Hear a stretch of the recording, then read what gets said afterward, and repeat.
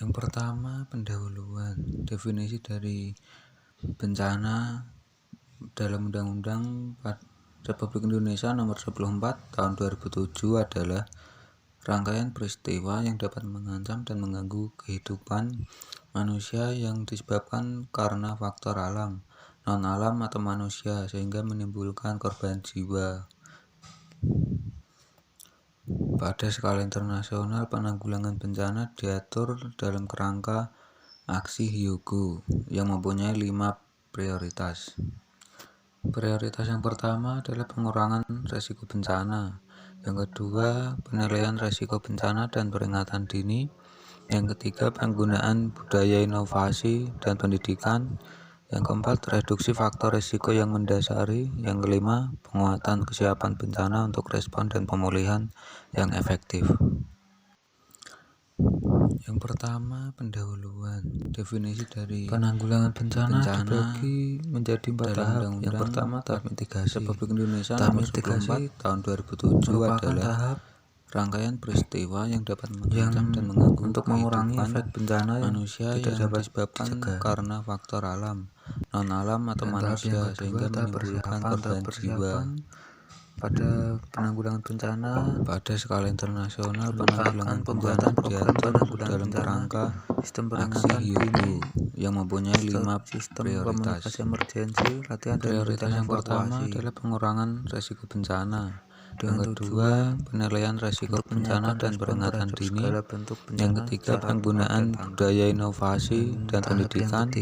Yang keempat, reduksi faktor risiko yang mendasari. Yang kelima, penguatan kesiapan bencana untuk respon dan pemulihan yang efektif. Respon yaitu ketika terjadi bencana dan lokasi yang terjadi bencana tersebut dapat membahayakan tenaga medis dan dokter, sehingga tenaga medis dan dokter harus memikirkan cara lain untuk dapat ke dalam penanggulangan bencana tersebut. Dan yang keempat, tahap pemulihan. Dan pada tahap pemulihan, dokter atau tenaga medis harus memperhatikan lebih korban bencana yang selamat dan dapat melibatkan berbagai sektor untuk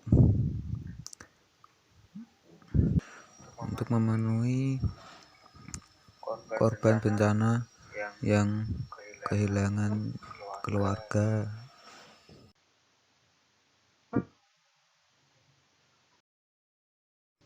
Masalah etik dalam penanggulangan bencana. Yang pertama, melakukan triase secara tepat. Yang menjadi masalah etik pada triase yaitu tenaga kesehatan harus memberikan pelayanan kesehatan sesuai dengan keparahan korban bencana, tetapi pada prinsip justice yang harus diutamakan yaitu korban bencana yang paling terkena dampak bencana harus menjadi prioritas utama. Yang kedua, melakukan riset dan meminta informed consent pada korban bencana. Yang menjadi dilema etik yaitu pada penelitian kepada korban bencana yang harus diperhatikan ialah informed consent penelitian, karena korban bencana sedang dalam tekanan sehingga tidak dapat memberikan persetujuan secara bebas, dan tidak semua korban bencana sadarkan diri, sehingga pada permintaan informed consent, dokter atau tenaga medis lainnya harus memutuskan secara profesional keputusannya. Dan yang ketiga, standar pelayanan dalam sarana dan prasarana yang terbatas. Setiap dokter yang bertugas harus memegang penuh prinsip benevolence dan justice dengan sekaligus memperhatikan autonomi pasien, seperti yang disebut pada Kode Q tahun 2012 pasal 2, yaitu setiap dokter wajib memperjuangkan dipenuhi fasilitas sarana dan prasarana yang sesuai dengan pedoman nasional pelayanan kedokteran. Dan yang selanjutnya, keselamatan dan kesehatan tenaga medis. Tenaga medis juga harus memperhatikan kesehatan dan keselamatannya karena lokasi pada bencana tidak semuanya dapat ditempuh oleh tenaga medis atau dokter, sehingga dapat membahayakan kesehatan tenaga medis dan dokter tersebut. Dan selanjutnya, rencana penanggulangan bencana nasional.